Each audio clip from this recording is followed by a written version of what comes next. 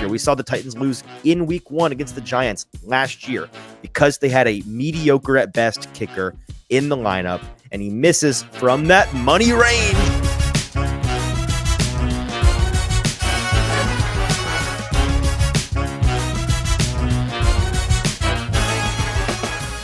Welcome in to the Hot Read Podcast for Wednesday, August the 23rd. I'm your host, Easton Freeze, Director of Published Content here at BroadwaySportsMedia.com. We're also brought to you by the 440 Podcast Network, and you can follow me on social media at Easton Freeze. I'm joined, as always, by producer JT, who you can follow on social media at JT_Runke. JT, how are you? Happy Tuesday, as we were recording this live on Tuesday afternoon.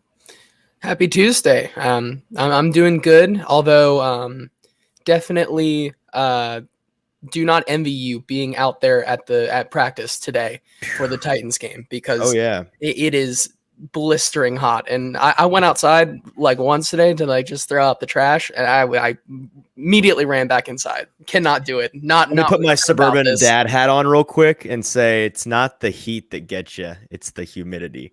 I see. It is unfortunately a ridiculous combination of both here in Nashville right now, and you knew it was coming after we got that very, very brief version of False Fall last week. We had like a 54-hour period of really gorgeous weather that always comes around the end of August here in Nashville. You always get, sometimes it's a week, sometimes it's just a couple of days like we had this year. And you always know you pay for it in the long run. It is a credit card, and the bill does come due, and we are paying it in full. I saw Robertson County schools here in Middle Tennessee are closing school early for the rest of the week due to heat, which is a very southern thing to see come across your news timeline on your phone. But yeah, it's not football weather out there right now. And it certainly wasn't a ton of fun. We prioritized the shade out there. I'll tell you that we as the sun moved across the sky and the Titans headquarters building cast a different shadow, all of us in the reporting pool were just kind of like sheep in a herd following that shadow across the sideline. I can imagine. Yeah, but welcome in, everybody. Appreciate those of you joining us live. Got a couple of really good things to get into today. Particularly, I wouldn't say excited for, but passionate about what I'm going to talk about in the warm-up. And I'm guessing any of you that follow the show have an idea as to what it might be. Pretty Boy Lipschitz already on to me in the comments. Jake, all the way from the UK, joining us. Evening for him. Good evening to you, sir. Wyatt says, rest in peace to the Wolfpack from OKC Titan. Yeah, we're going to get into that in just a second. Before we do, if you're with us live, do me a huge personal favor really quick. 2 things, super easy. 1, if you can like, retweet, share this live video wherever you're watching, whether it's on Twitter or Facebook or YouTube, whatever you can do to help us get more eyeballs on this video, on this live show, the better. And that's super helpful to us to get as many folks in here as possible before we are done with the live version of the show. So do that for me real quick, and I would appreciate it. And then if you are watching us live and you're not on the YouTube channel, you should head on over to the Broadway Sports Media's YouTube account. That's Broadway Sports Media on YouTube. You'll find this live stream, and you'll want to watch there instead of on Twitter or on Facebook, because that's where you can be a part of the conversation in the comments section of this live show on Broadway Sports Media's YouTube page. One quick announcement for the show before we dive into the Titans and NFL content for the day. JT, what would we be? Would we be able to really call ourselves a football program, a football show, without doing a show fantasy league? I think not. I think we are obligated to do so. And so that's what we are going to do. We're going to have a Hot Read Podcast fantasy football league this season, unless nobody wants to do it. Maybe just nobody's interested. And listen, I get it. Everyone's got their home league. Everyone's got their league with their boys. Many, many different shows that you consume do a fantasy league. So if nobody wants in, no harm, no foul. But we'd love to do one if folks are interested, and we would love to have that community element for those of you diehards that listen to the show. Limited spots, obviously. So if you're interested, let us know ASAP. Let us know right now in the comments of this live stream. And if you are lickety split on top of this announcement, you're going to be prioritized to get a spot in the league for sure. Or if you're listening post the live show, don't assume the spots are full. Still shoot us a DM on Twitter at Easton Freeze, at JT_Runke. DM the show at Hot Read Pod. Let us know whether you are interested or not this week, and we're going to get that organized. There'll be a buy-in, nothing crazy. We're, maybe like $25-50. We'll discuss it as the league once we set the group. But we would love to have a show fantasy league. And I see that Joey Turner, Wyatt, and Jake all in the comments are in. Love that. The three of you absolutely at the top of the list as we consider putting. We'll probably do a 10 or a 12 teamer depending on how many people want to join. But we would love to do that. So if you're interested, let us know. However you can reach us. We've made that clear. It's easy to reach us. Yeah, just definitely send a DM still, even if you do comment here, send a DM so that when I would up on the DM, yeah. when we put this in here. But to your point, Easton, I don't think people won't want to do it. I think if they end up choosing not to have interest, it will be because they are scared to compete with a guy like myself. Compete. We're big on fantasy, competing on this show. You got to compete. I'm just saying, it'll be very interesting as a guy who is doing so many fantasy football drafts this season. I'm excited to do it and see if you guys can take me on this season. I'm super excited. Yeah, I mean, to go back to our idioms discussion the other day, can't never could. Don't be a can't, okay? Be a could. I need you guys in on this, and I need you to compete in the Hot Read podcast. And listen, the winner, we haven't really gotten down that road far enough to decide what the winner gets, besides the cash reward, obviously, the cash prize, the pool. But I'd say there's a pretty decent chance the winner would have an opportunity to join the show with us live for something. I have no idea what, but you're going to be getting some Hot Read podcast perks. So if you are a diehard listener of the show, that is certainly something that you would want to be involved in. Okay, let's get into the show today. Let me start with the warm-up. The Titans continue to be a failure at the kicking position, and it is largely their own fault. And let's discuss why. So the Titans news this morning broke right as training camp was about to begin. The Titans decided to, I almost said wove. That's not a word. They waived Caleb Shudak and Trey Wolf. They're two young kickers at the beginning of the day. They kicked them to the curb. Something that was really, really surprising to me. Hey, I mean, like, I got to, where Easton was wrong, hand up on this one. I have been telling people that were concerned about the kicking competition, that the kicker is on your roster already and you're in good hands. I stand by that they would have. I still think that they've made the wrong decision. Truly, I do.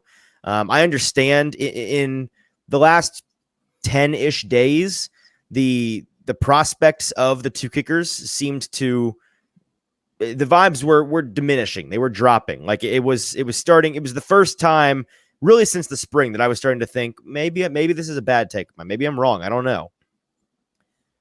But there's certainly some revisionist history going on right now, JT.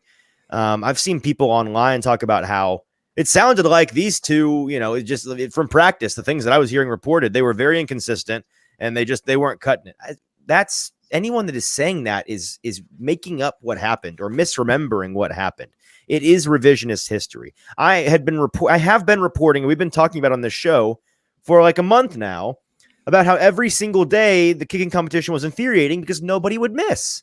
That's been the theme. Each of these guys would get 10 to 12 kicks every day at practice, and every single day they would either be perfect or miss one kick. Thinking back on it today, I think there may have been one practice for each guy in which they missed more than one kick out of a sample size of 10 or 12. So perfect every single day? No, but they made far, far, far, far more kicks than they missed. These were guys that were very consistent from short range and largely from long range, including 50-plus yard field goals, which is something the Titans haven't had in a good long while. The timing of this decision, from a front office perspective, makes some sense if you weren't satisfied. Clearly, they weren't satisfied with those two guys. They were not happy with what they had in those two. And there were some things that they did in the preseason game. And I have a hard time faulting them because, frankly, the Titans' two preseason games they've played so far have not lent themselves to a kicking competition in any way that gives you an idea of who was leading that competition, right? Each guy got one extra point attempt and one field goal attempt in the first game. Collectively, they hit 3 of 4. The one that they missed was from 49 yards, and it was a very slight miss. And then in game 2, you had one field goal, I think, from like 22 yards for Trey Wolf, if I'm not mistaken, but really nothing, right? And so we didn't get to see a lot from them. Now, there were some things like Caleb Shudak kicking a kickoff out of bounds in the first preseason game. Certainly a big no-no. We talked about that at the time. Trey Wolf doinking an extra point attempt in the second game. Certainly not something that you need your extra point attempts to be locked in. They need to be solid. But this timing of letting them go, whether it was the right decision or not aside, makes sense because you got one preseason game left. You bring in a guy in Michael Badgley, who we'll talk about in just a second. The newest Michael Badgley, the newest kicker for the Tennessee Titans. Hot Read podcast legend, Michael Badgley. Yeah. If you know on Michael Badgley. But he comes in and he's going to have this week of practice under, I'm assuming, some serious pressure to perform, and then some serious pressure to perform in the preseason game. And JT, just, naturally now the Titans will attempt 5 field goals in the third game, just because of course they will, right? We'll finally get what we were asking for the first 2 games for the 2 guys that they had. But after this week, there's going to be the roster cut down coming up next Monday. We're a week away from that 53-man roster cut down from 90 to 53. So there's going to be a lot of players out there. And and I've not had time to do the research on this, but I'm confident that there are a number of camps out there in the league with 2 kickers, one of which will be released. And there'll be some guys out there on the market for the Titans to consider if and when Michael Badgley is not the answer. Now on Michael Badgley, let's talk about him. And by the way, with Trey Wolf and Caleb Shudak, I would in a heartbeat add Trey Wolf to the Titans practice squad. He is a guy that, as we've talked about since the spring, has every tool in the toolbox imaginable to be a career NFL kicker, to be a 10-year starter for a team and be very, very solid. It simply was too raw for the coaching staff's choosing to begin here as a UDFA rookie. And I think that he's going to develop wherever he ends up into a fine NFL kicker. I hope that the Titans see that potential in him and choose to groom him by adding him to their practice squad. They absolutely should. They should do it as soon as humanly possible. However, they have Michael Badgley now, and he is a guy that has been on, this is his 4th team now in the last 12 months. He started last season with the Chicago Bears and then ended up on the Detroit Lions, where he spent most of the season. Certainly most of his production was with the Lions. The Lions then cut him, I believe, in the offseason, then re-signed him for a second in the offseason, and then cut him again. And then he was with the Commanders for a lot of training camp before being cut in the past couple weeks. And now he lands with the Titans, again, his 4th team in the last 12 months. But last year for the Lions, he was 24 of 28 on his field goal attempts. He made 2 of 3 from 50 plus, which sounds like, okay, yeah, he can kick for it. If you only attempted 3 field goals from 50 plus yards, that is a kicker that a team doesn't want kicking from 50 plus yards. Same deal with Randy Bullock, right? It's like, well, he's not missing a ton from 50. Yeah, boss, because he's not trying any from beyond 50 because the team won't let him. So certainly not a guy that has a monster leg that is trustworthy from range. He went 33 for 33 for his extra point attempts last year, which you got to have. That's a positive mark in his ledger. But his first day today with the Titans as a kicker wasn't great. JT was not great. He had 4 misses on the day, which by my tally is at least twice as many misses in one day as either of the other 2 guys had for the past month. He was good from 29, 40, 47, 33, 38, 33, 33. So one kick over 40 yards in his first kicking session today. And the rest from pretty short, 40 or in. He was no good from 33. I believe it was his first kick of the day. Then 43 and 48, all of them wide right. And then later on in the day, to his credit, I think he had 4 or 5 more attempts after this first session where he kicked over and over and over. I think he made 3 or 4 of them, but he was no good from 44 later on. So 4 misses today from 33, 43, 44, and 48. Mike Vrabel was asked about why the Titans added Michael Badgley in his press conference after camp, and he said, quote, "We've had Michael here before. He gets the next crack at it," which certainly came off as a ringing endorsement, JT, in a moment where the head coach is essentially saying that their new kicker is basically just a warm body with a leg. Like he's a guy. He plays kicker. He's got a leg on him. Like, okay, that's the best you can do to hype up your new guy. Choosing Michael Badgley over the young guys, and this is the crux of my point here, for this team to make that choice conveys at best their acceptance of, and at worst, an active desire to just be fine at kicker. Just be fine. Just be okay. Not a position we want to really emphasize or put any resources into. We just want, and it doesn't even have to be perfect. It doesn't have to be that great. We just need a guy that can hang on to a roster spot by the skin of his teeth. We need a real Randy Bullock back here, because that's where they're at now, JT. They are going back to more of the same this season, I think, from the past couple seasons, right? Frustration and fear and mediocrity at best when it comes to when the kicker has to run out there to try to get you 3 points. And that's something the Titans shouldn't be okay with. Stop accepting that. It's really, really frustrating. And for all of the good things that this front office and coaching staff does and has done, Mike Vrabel and his special teams coordinator, Craig Aukerman, which now it's like, well, you cut the two kickers. You got to trust Craig Aukerman. His stellar track record indicates that he's such a good special teams coach that you got to trust him. He knows what he's doing at the kicker position. He doesn't know what he's doing in general, really. Like, he's continued year in and year out to be the weak link of the Titans coaching staff, in the sense that he's been given resources over and over and over and over for special teams. Every single year, JT, we talk about in the offseason, well, the Titans add so-and-so from the Dallas Cowboys. He's going to be a depth linebacker or a depth tight end, but he's a special teams ace. He's going to be a stud. He'll play some cornerback, but he's going to be an incredible gunner for their special teams and the special teams every year, outside of lucking into Ryan Stonehouse, a really great punter, and having Morgan Cox, a really great long snapper, continuing to have a revolving door of mediocrity at best and disasters at worst at the kicking position.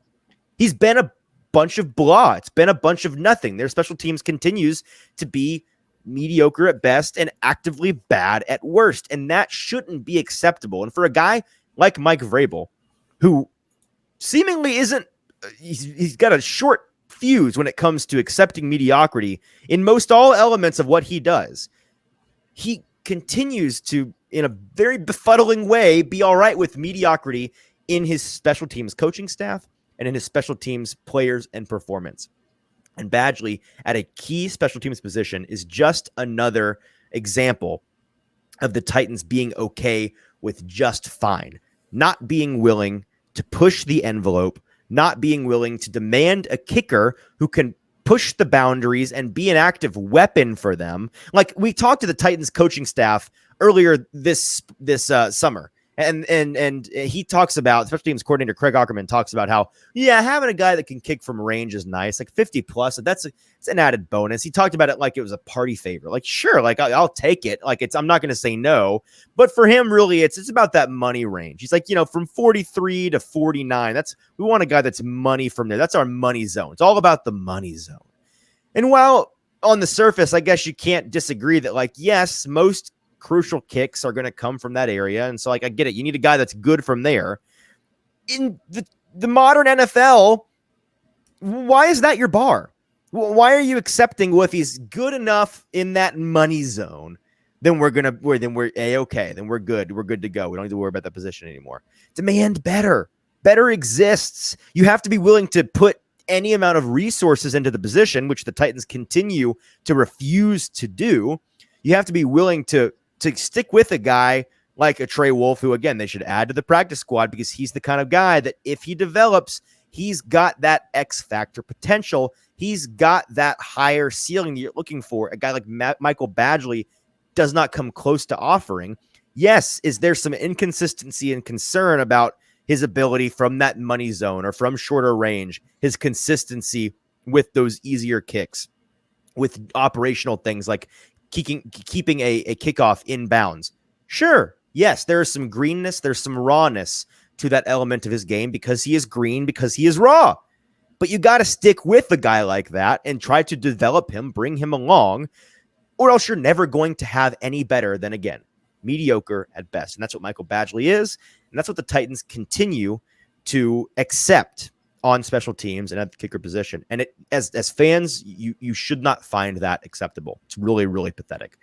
All right, moving on. That's the most frustrated I've been on this show, maybe all summer, JT. But it's a topic that demands frustration. Before we move on, I was not even a little bit paying attention to the comments. I know we had a lot of action over here. Was there anything of note that we need to address? We did. Joey Turner comments, for a team so built on winning by thin margins with defense in the run game, they seem to be absolutely careless about special teams, which so commonly loses those kind of games. And to that point, it's like we've heard this entire offseason, like Mike Vrabel in almost every single press conference just hammers home the importance of special teams. And it's almost like act like it. Don't literally quit saying it, because you're not acting like it. It's not showing up on the field. Like the importance that he is stating is nowhere to be found. And I don't know if that's something because simply he's just letting Craig Aukerman kind of do his thing, holding him to an expectation that he just currently cannot and frankly will not reach. But yeah, especially for Michael Badgley, I mean, he's never attempted more than in his 4 or 5 year career. He's attempted 17 field goals over those 5 years from 50 plus and has only made 7 of them. So like it's not a factor from there. And teams won't let him kick from there because they know that. They're not dumb. Yeah. And then Jake said, wouldn't be surprised if they grab Hot Rod, Rodrigo Blankenship, another guy who is, if you're saying you wouldn't be surprised if they do, fine. But should they? No. There's a reason that he's been cut over and over and over since he's come into the league. Very, very good college kicker, but sustained that injury in Indianapolis and he just got cut from the Bucks, a team that is actively horrendous. But you're totally right. Like, you shouldn't want that guy on your team. We are definitely going to see like 5 field goal attempts this week, and Michael Badgley is gonna like miss like 2 of them, and like it's just like I'm with you right now that clearly the scouting of this team has their eye on maybe a couple guys on other teams right now who most likely will lose their kicking battle, that they might be a little bit younger, that they like over Trey Wolff and Caleb Shudak. But I'm with you that I think Trey Wolff is a guy that they could continue to keep on the practice squad and could develop. They should. And I want to just one last time harp on the point that Joey Turner made in the comments. Fantastic point. This is a team that, since Mike Vrabel has been the head coach, not only relies upon winning games by thin margins, but it's not like that's the best they can do. Mike Vrabel's style of coaching, the style of game that he wants every Sunday, it's intentionally going for games like that. He is a drag you into the mud, drag you to hell coach that wants to make the game tough and physical and as ugly as humanly possible and win a war of attrition. He wants to outlast you more than he wants to beat you into the ground. Maybe he would say differently, but his actions dictate differently. This is a team that every year in and year out, is in those close games, but it's not because necessarily they're super well matched with their team. We've talked forever, JT, about how this Titans team they tend to play down to worse competition and play up to better competition. Yeah, because they approach every opponent the same way. We're going to make it ugly. We're going to make it muddy, and we're going to win a war of attrition. We don't want to have this beautiful finesse beat you by 4 score game where we turn it into a sprint. We want to make it a marathon. We want to make it ugly and gritty. And that's a fine way to play, but that's the kind of play where, like, New England has been this way for a long, long time. What has Bill Belichick teams always generally been? Really, really solid and polished on special teams. It's a requirement of this style of play. And the Titans, as long as they continue to act the way that they're acting, Joe, you make a great point. It's not in line with the kind of games that they play. And so they're going to continue to shoot themselves in the foot. And a guy like Michael Badgley is absolutely somebody that could easily lose you 1 or 2 games this year. We saw the Titans lose in week 1 against the Giants last year because they had a mediocre at best kicker in the lineup, and he misses from that money range in the mid 40s on a game-winning field goal attempt. So it's really, really stupid. All right. Let's talk about training camp today. Not a whole lot to dive into, JT, but some notes on some guys that I wanted to bring up before we get to the news and before we get out of here. So if you wouldn't mind, let's go through some of the topics from today's training camp practice. Yeah, we can start off with the guys that you did not see out there today, who was not present at practice today. So we didn't see any Hassan Haskins or Jonathan Ward, both running backs we haven't seen since the first preseason game in Chicago. Kyle Pecco, newly added defensive lineman, was not there today. Monty Rice still out, the middle linebacker.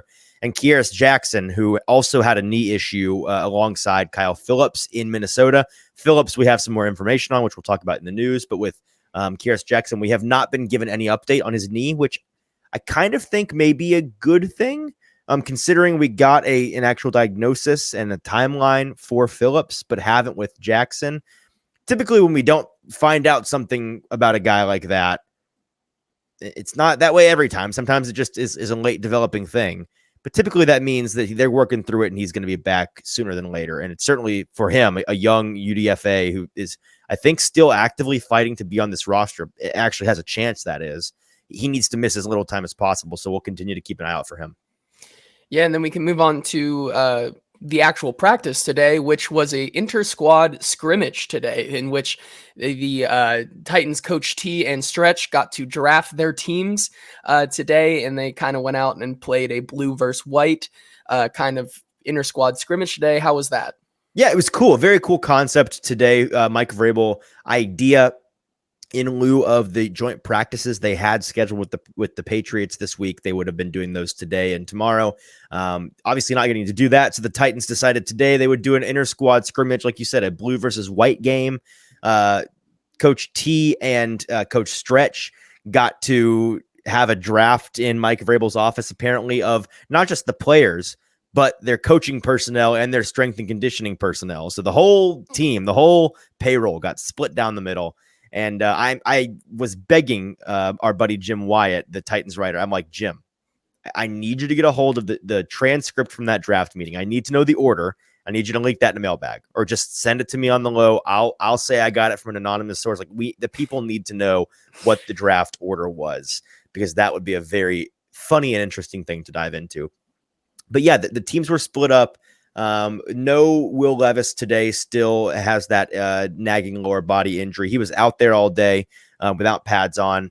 Clipboard Jesus ended up on the sidelines, taking notes, paying attention, being involved as best he can. But the two teams were quarterbacked by Ryan Tannehill and Malik Willis, and it was pretty evenly matched. I think that keeping score in these practices is kind of like the coaches clearly have a system for it that I'm not like totally sure how they do the math on it, because it's all mostly football, but not quite, like you can't, you're not tackling the running back, all of those things. So I think Vrabel said in his press conference near the end, it was like 33-36 on the day. So very tightly matched. Ultimately, I think the white team won, which had Ryan Tannehill and DeAndre Hopkins on the offense, which is a pretty good combination of guys. And we'll talk more about their connection in a minute, but it was a cool concept that I think they should do more of, because it brought a level of competition, a level of intensity to the players. Like, they're always intense, they're always competing in practice, but you could tell they were really having fun with it today. So it was cool to see. Yeah, and then we can talk about Chig Okonkwo, who made a spectacular catch today. How did he look out there after his less than ideal performance in Minnesota? Yeah, he didn't forget how to catch in Minnesota. People may have been concerned about that. It's not the case. He had a fantastic one-handed catch, a ball that was off the mark early in practice. He reels it in, and you're like, there it is. There's that guy making up for a couple of unforced errors up in Minnesota in that preseason game. He then went inside early. From what I saw, about midway through the practice, he was on the sideline with a trainer trying out different stretching techniques to try to loosen up his right leg. Not sure what part of it, but it was clearly he was trying to target that right leg and get it loose. He wasn't walking with like a limp or anything, and I'm not going to get into the details of the injury. I'm telling you what I saw.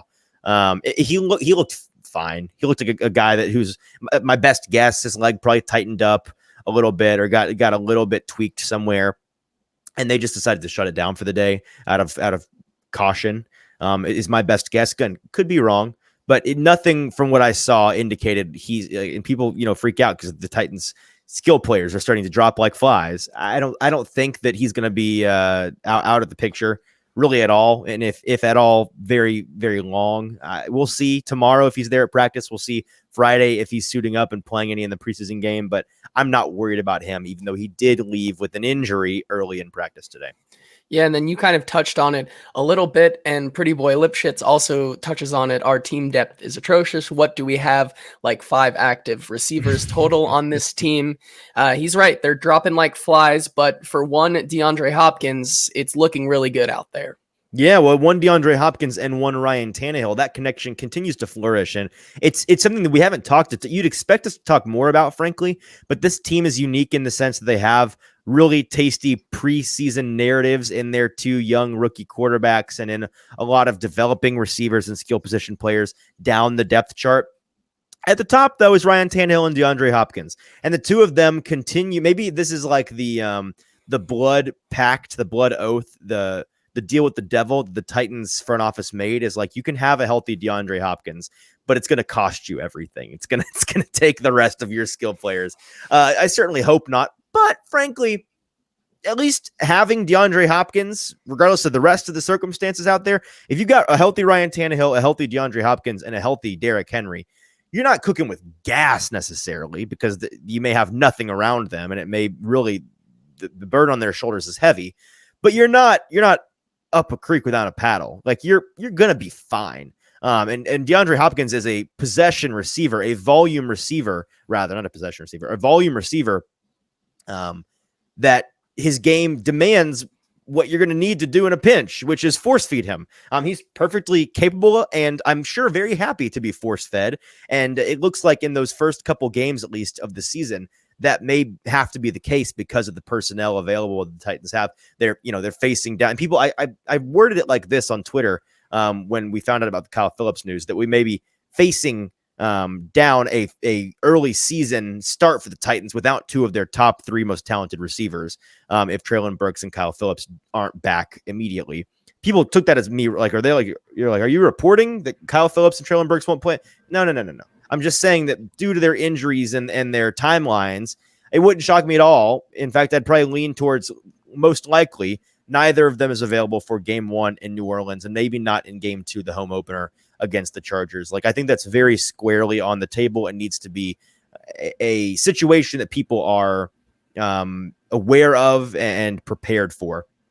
But again, having DeAndre Hopkins and Ryan Tannehill, who, unlike Julio Jones, where in that season, in this part of the season, part of the year, we were talking a lot about how, like, even a stud receiver like Julio Jones, a future Hall of Famer, you bring him in with a new quarterback, any new quarterback, no matter how talented they are, you've got to develop chemistry. Like, that's a big thing. And he didn't practice much at all in August when he was here in 2021. Well, DeAndre Hopkins has been the polar opposite of Julio Jones so far. He's been the polar opposite, frankly, of a bit of the reputation that preceded him. Like, oh, DeAndre Hopkins doesn't like to practice. People in Houston said it. People in Arizona said it. Like, have fun never seeing the guy practice. The guy's done nothing but practice since being here in Tennessee. Again, not going to jinx it, but that's just a fact. He has been available, and not just available, but willing to not get that vet status, that vet treatment. And, like, I'm going to practice a little bit here and there. No, he's out there grinding. And I think that he knows, as well as Ryan Tannehill knows, as well as we all know, that chemistry, that relationship between the 2 of them being on the same page is super, super vital. And it's made even more vital by the fact that they're probably going to need a lot of him early on. Yeah, and then someone we also got to talk to today in Harold Landry had some pretty interesting things to say pertaining to an update on his health and how he's looking to go into the season. What did you hear from him? Yeah, I believe this is the first time all August we got him at the podium talking to Titans edge rusher Harold Landry. He is, of course, coming back from that torn ACL, which is at around this time last year. He tore it in training camp. And today we spoke to him about that injury, just how he's coming along. And he said, this is the quote that stuck with me from the interview. I'll be honest, I don't really think about my knee at all anymore, which is a good thing because we talk all the time about with ACLs, there's a physical element of being back, but then there's sometimes even more important, sometimes even more detrimental, a mental element of coming back, being willing to, able to trust that that healed part of your body. Trust that knee in his case. Not try to compensate with your other leg and risk a compensation injury. Not sacrificing your bend or your burst or your explosiveness coming around the edge, which puts a lot of torque and pressure on those knees, some unnatural torque. The kind of thing that when you have an ACL injury, it can be probably scary to get back to doing. But he seemed the way he spoke at least, and from what we've seen on the field and from what his coaches have said, it's all lining up to indicate that he really is, he's back 100%. And whether or not there's some rust involved or maybe some speed deficiency that he has to work his way back up to in the beginning of the season, I still think that's firmly on the table and obviously yet to be seen. But I'm at the point now where I'm starting to trend positively on him in my perception of what he'll be early. I said I kind of tempered expectations in the summer with Harold Landry, talking about don't be surprised if he takes a month or two to get up to speed. I'm still there. Don't be surprised if it happens, but I certainly won't be surprised if he comes out of the gate kind of raring to go, which is a very good thing for a ferocious Titans front. Yeah, and then finally, we're talking about him again for the second straight show, Thomas Odukoya.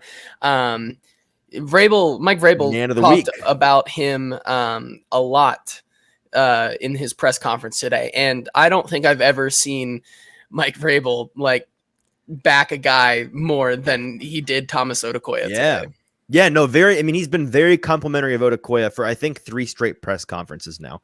He was asked about him today, continuing to hear nothing but glowing things about Odukoya, both on and off the record. I heard some things from the Titans production meeting for the second preseason game today that I can't repeat, but Mike Vrabel it's not a ruse. He's very fond of Thomas Odukoya. This team is very fond of Thomas Odukoya, as they should, because he's a player that has come along really, really, really well. He was one of the offseason award winners for the Titans.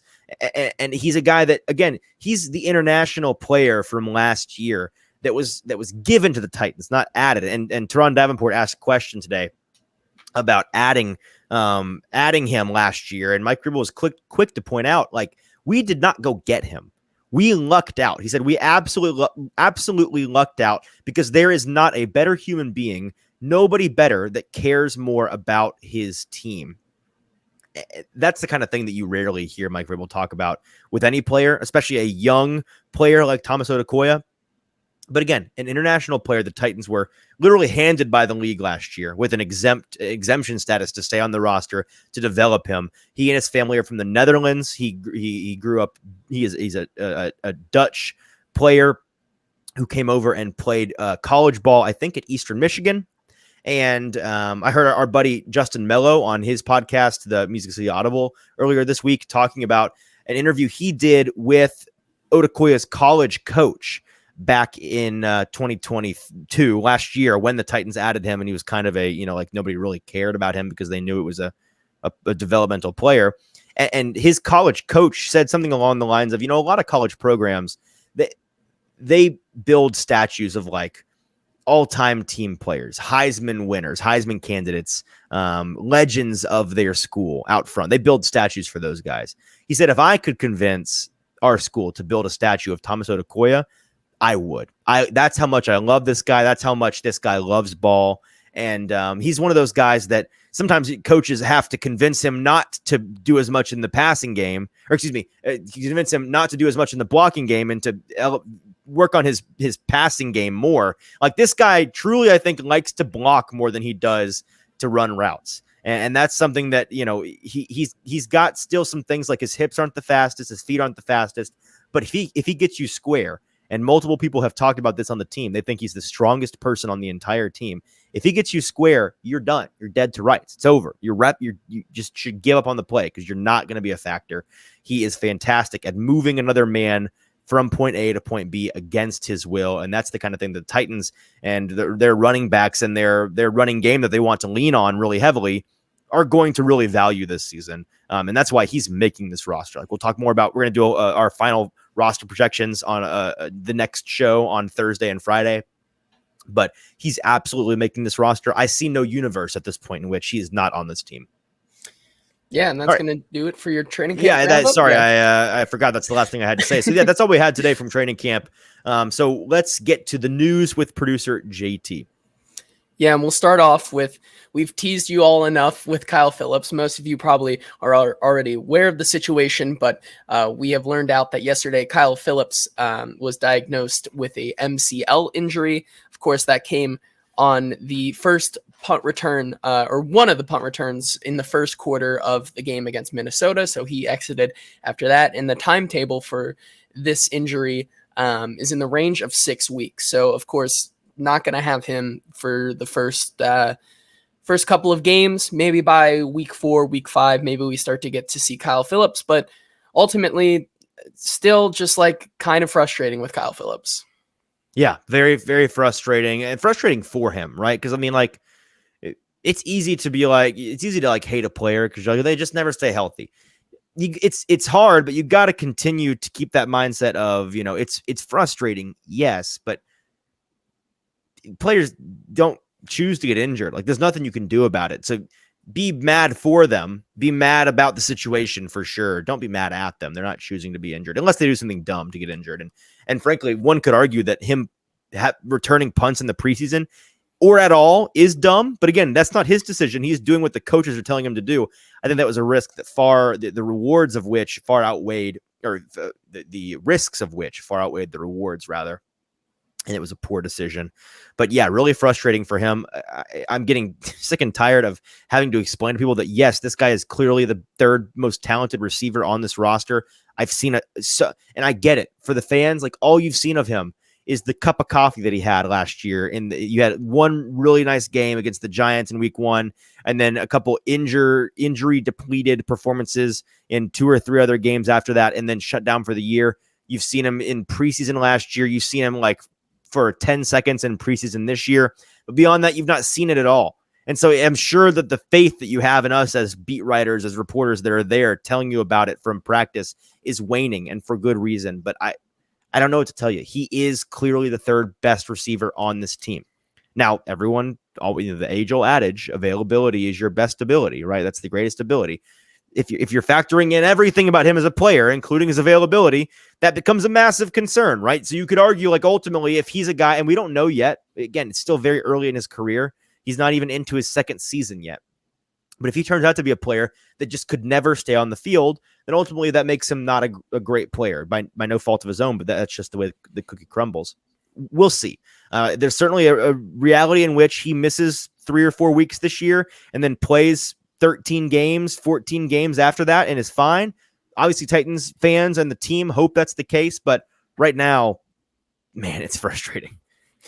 Yeah, moving on here, just to address this kind of news, this horrible news, heartbreaking news that was dropped earlier today, that the father of Titans cornerback Caleb Farley passed away in an overnight house explosion. Some of the details on that explosion, I mean, just unthinkable. And have you seen the footage of this? Have you seen the pictures? Yes. And it's just, it looks like a tornado hit one house. Yeah. It's not there anymore. I can't imagine. First responders arrived at the house a few minutes after midnight on Tuesday night. The house is on a large plot of land about 28 miles north of Charlotte. Property records listed Caleb Farley as the homeowner, but he was not there at the time of the explosion. And then Titans coach Mike Vrabel gathered the players in after practice today, Tuesday afternoon. Vrabel informed them of what happened, and then they took a knee to pray for Farley. Vrabel had a comment saying, "What's most important is that we do everything we can to support him emotionally. It's shocking. We've got to focus on Caleb and his family and how we can support him." So, yeah, just an awful situation. Yeah, I mean, what do you say, right? For a guy like Caleb who has, he's been not to this degree by any means, but it's already been kind of going through it in his professional career since leaving college, and now to have something like this happen, you'd imagine it's probably a gas leak, and it's one of those things that's just a freak accident that ruins a family, ruins a life, wastes a life. And I'm sure that he's having a really hard time. We talked to a number of the players today about that situation. Derrick Henry said it was kind of surreal because it was he and Caleb, kind of the last two guys in the building last night in the locker room, just chopping it up, talking. And then just hours before Caleb finds out that his dad's not around anymore. Really, really sad. And you just trying to fathom hearing that news, having to deal with that as you're trying to get back healthy and like do all these things in your life that seem really important. Your NFL career is on the line, but then all of that becomes so unimportant when suddenly you have to deal with something like this. So really a difficult situation for a player that I know that the Titans have their arms around right now. So just keep Caleb Farley in your thoughts and prayers for sure. Him and his family are dealing with something that nobody should have to deal with. A couple more Titans notes here. The Titans signed veteran defensive lineman Trayvon Coley yesterday. So the bottom of the barrel for the defensive line, that bottom line keeps churning. Keep on churning. Yep, churn and burn on the depth players. It's the right way to run a roster, and the Coleys and Kyle Peckos of the world are going to terrorize those third string defensive fronts on Friday. So yes, I wouldn't imagine. I mean, he's a guy that before an injury, I believe in his first stint with the Titans a couple of years ago, was looking pretty promising. Former camp darling, as Will Levis points out.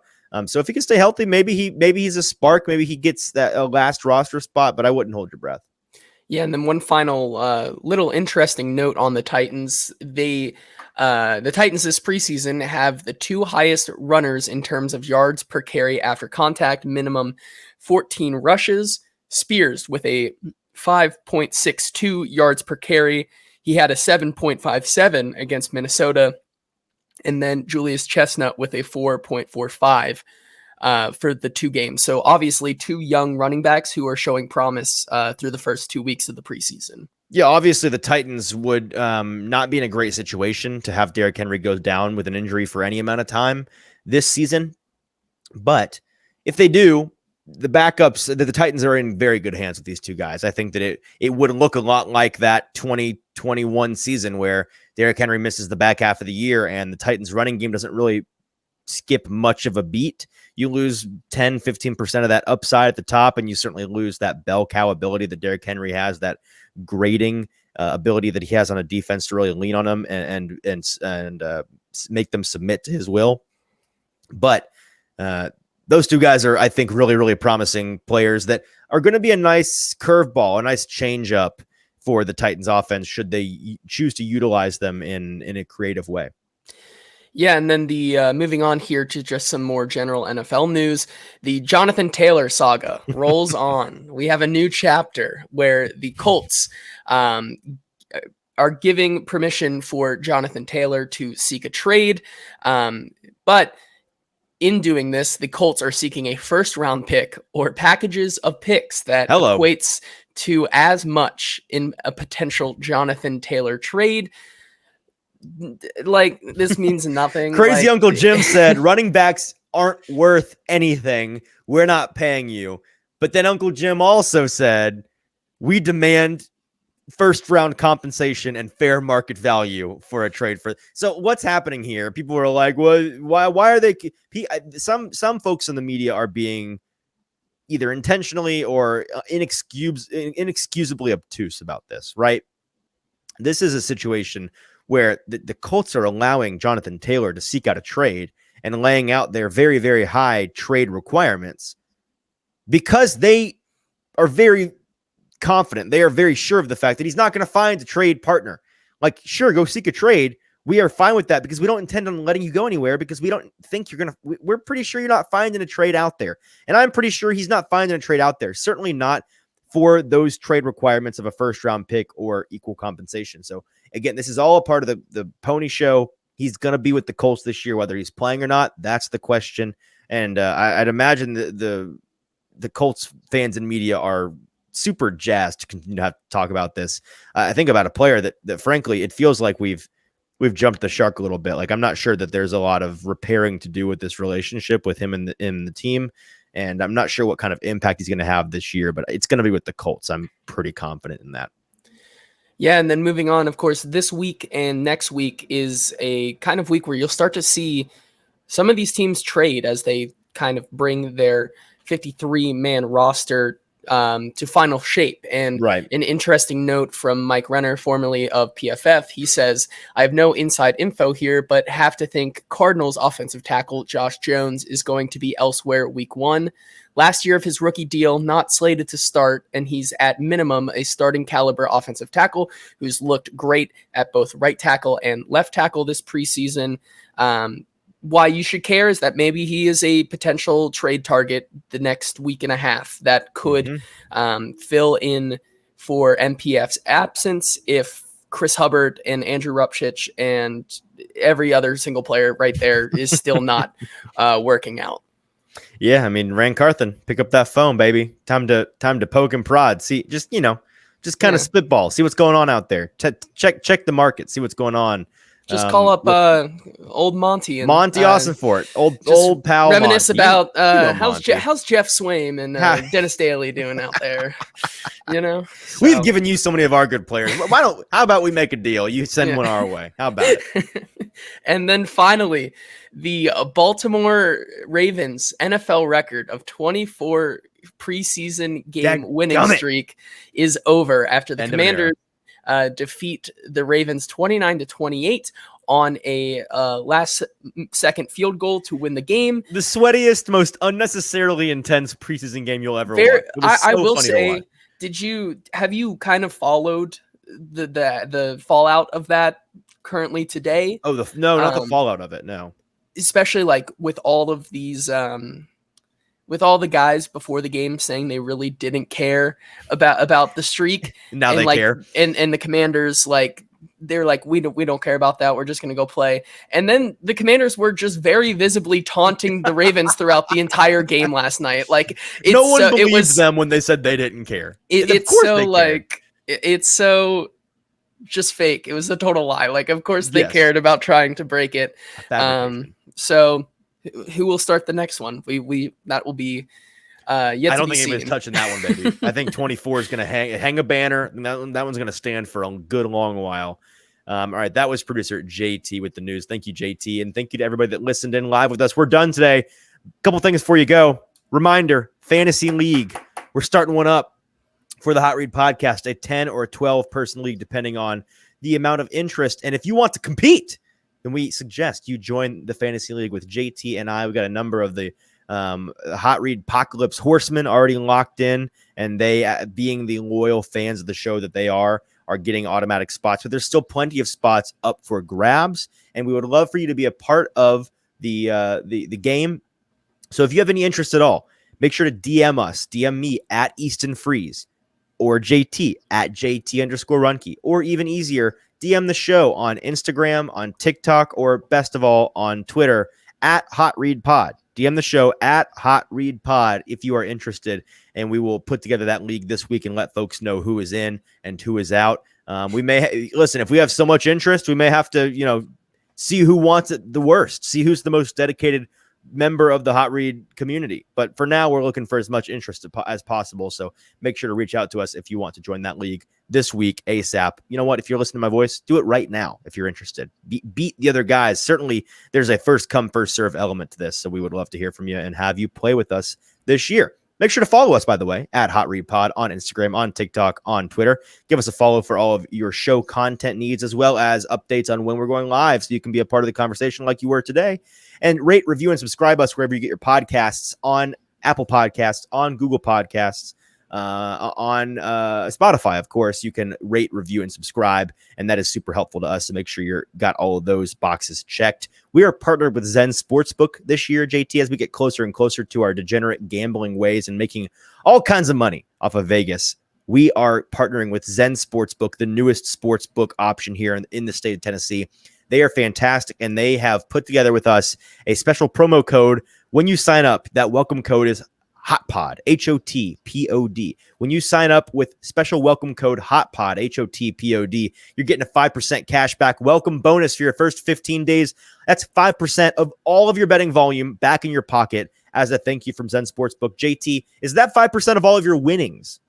No, sir. You can also lose and get cash back. And if you want to bet, the Mets have taken 1 of 3 in this series against the Braves, and they're looking to take the next 2, and we're back on the bandwagon, baby.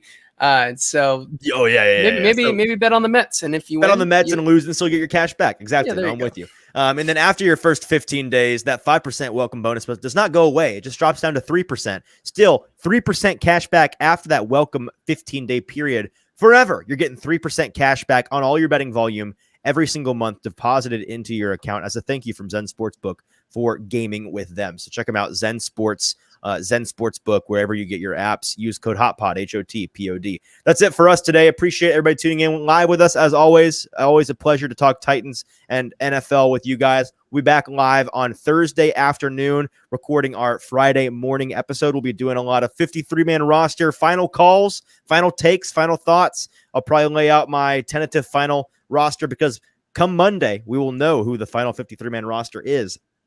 And we'll talk about that as well on our weekend show when we go live for the Monday recording. But I want to get it in on the podcast form and live, my final 53 on Thursday. So we'll talk that. We'll review the Wednesday training camp practice if there's anything of note from that day. And then we will talk a preview on the Titans-Patriots preseason finale on Friday, not on Saturday this week, on Friday at Nissan Stadium. All of that fun stuff coming on Thursday afternoon. Until then, for JT, I'm your host, Easton Freeze. This has been the Hot Read Podcast. Have a great rest of your week.